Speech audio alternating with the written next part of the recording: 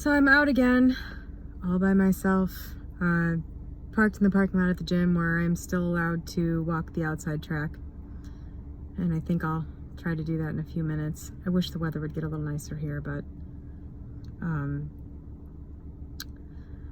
wanted to talk about the difference between visualizing with intention and daydreaming.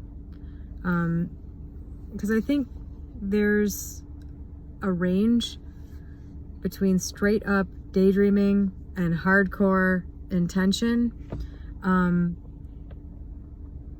And there has to be enough intention in your visualization for it to do anything, I think. The point of the visualization, I think, is to shift your mentality. And daydreaming will not do that. Daydreaming is like watching a movie that's playing in your mind. But so let's say on one end of the spectrum is just pure fantasy, just pure daydreaming. No intention to make anything real, just passing the time or whatever reason people do that. I don't spend a lot of time daydreaming. But, so, you know, back when I didn't believe that I could create whatever I wanted, I did it more. Just for fun, I guess. And then let's say all the way on the other end where there is no element of daydreaming and it's pure intention, you know, that I think you can relate to, say, the things that you go about doing in your day-to-day life that you already are convinced you have no reason to doubt you can make happen, like getting up, getting in your car, going to work, you know, lifting your arm up to scratch your face. Don't do that right now. I could not help myself. You know, things like that. I always say to people who don't, I think, quite grasp what this is all about, that all you really have to do is think about something that you do regularly and think about the process you use to do that. And that is the same process pretty much that is used for creating something that maybe you don't see a way to. It's very similar. So if you think about, if you're somebody who goes out and buys dinner for yourself every night or makes dinner at home, you come to that decision somehow. You think about what you want, you kind of imagine some different options probably, or you imagine what you have available and you say, okay, I'm gonna do that, and then you do that. That's the most pure example of visualizing, deciding, intending, and then creating. And that is something that, you know, we fully believe is within our power to do, and we do it all the time. And so as you start moving, you know, towards the middle of the spectrum between daydreaming and just full-on intention without any aspect of sort of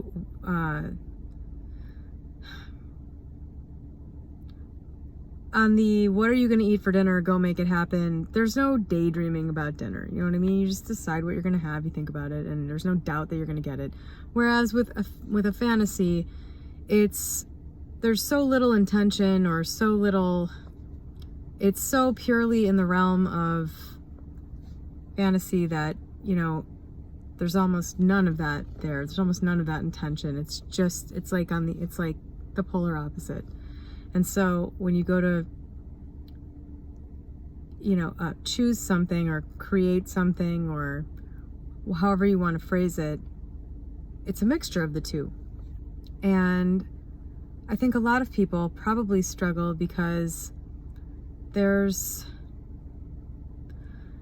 a feeling, at least for me, and the only reason I'm making this video is because I want to try to describe it. I don't think anyone can really give you an exact formula for how to create a feeling, or I'm not sure anyone can really tell you how this would feel for you.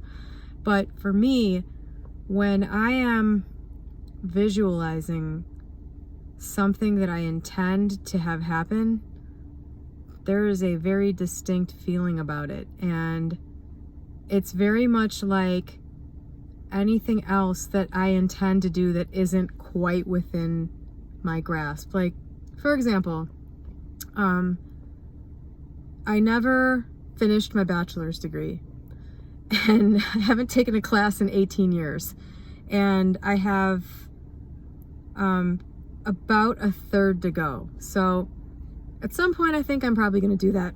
I don't need it for any reason, like other than just to have it, and for the 80 credits or whatever I have, not to just go to completely to waste.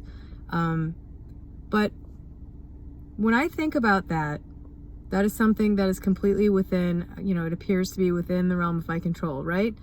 I can figure out the steps I need to take to get enrolled. I can figure out what I have to do to complete the degree.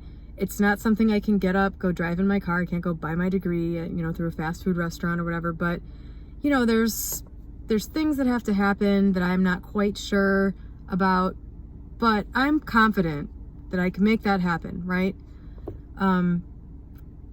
It's the same kind of feeling for me when I get something into my head that I want to make happen, where I can't see the steps exactly, where I don't know, like, call the school and get my transcript and meet with it's the same sort of feeling. There's sort of a feeling in my solar plexus, like I have the intention and I start to feel a draw, like a pull, where I'm like, yeah, I'm gonna do that. It's sort of a gut feeling in a way, and it can be easy, I think, when visualizing. If you decide you want something to happen and you choose a scene that has indicated that it's already happened, and that's what you choose to visualize and focus on, it can be easy to just think of that scene without having that feeling of intention. And it's when you combine those two that things go into motion, I believe. All I really have is what I do and the results that I have to prove that, I guess.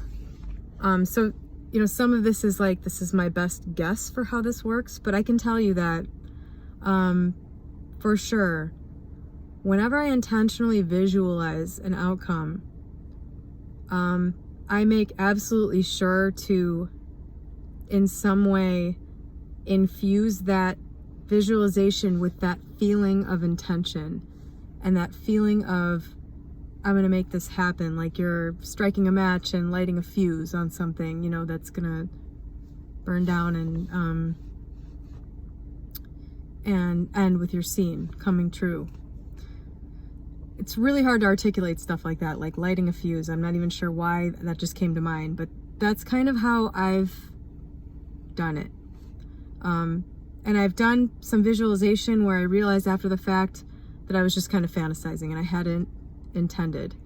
Sometimes at the end, if I'm thinking about something pleasurable especially, and I get a little lost in it, at the end of it I just sort of say, make this happen, like, and then I get that feeling. Even just saying make this happen, I got that feeling I was describing, like I don't know. I don't think that this will probably speak to everybody, but I bet it'll speak to somebody. Throughout posting these videos, I get a few people here and there almost every time that either email me or comment or whatever that,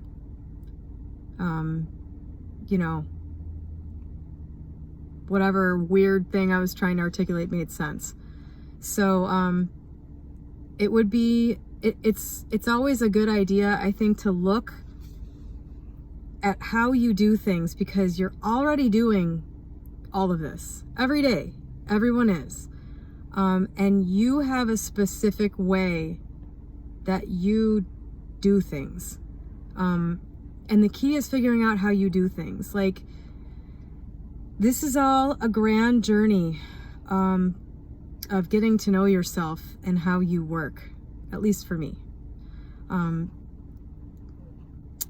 know, I've gotten to know myself more throughout the last 5 months probably than, you know, in years prior to that, just because you have to kind of deconstruct how you work if you want to learn how to use what you already do naturally to do things bigger and better than what you've done in the past. Hope this made sense or helped anybody. I got a text this morning, just as an aside. I'm a little shell-shocked today. I spent this morning sort of thinking about all the events that are going on, and I started thinking, I can't believe that the world economy is just essentially going to crash over what's going on. This is insane. I just can't believe kind of what I'm living through right now. And, you know, I started thinking, is this really does it really need to be this way? You know, have the actions that have been taken been the right ones? And I have a friend who is a nurse who works in New Jersey, a man. And I texted him this morning and I said, hey, I heard you're working. How, you know, I'm sure I'm the 1,000th person to text you, but you know, what's going on? How's everything going? And he replied in all caps, on purpose, obviously, in all caps, all I can say is that by the end of this, we will all personally know someone who has died alone on a ventilator. So, I'm going to tell you that blew my mind and kind of set the tone for my day.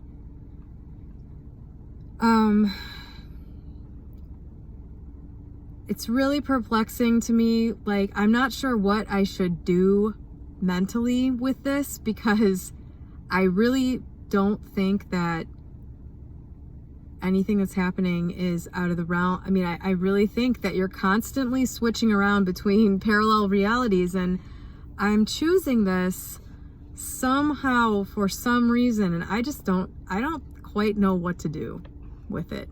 No one I know is affected other than my nurse friend who may have it.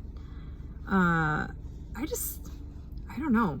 I guess I'm just going to keep driving to the gym and making videos until something comes to me about what I should do in terms of if I should mess with what seems to be a bridge of incidents by trying to select something else, or I don't know. Anyway, have a good day.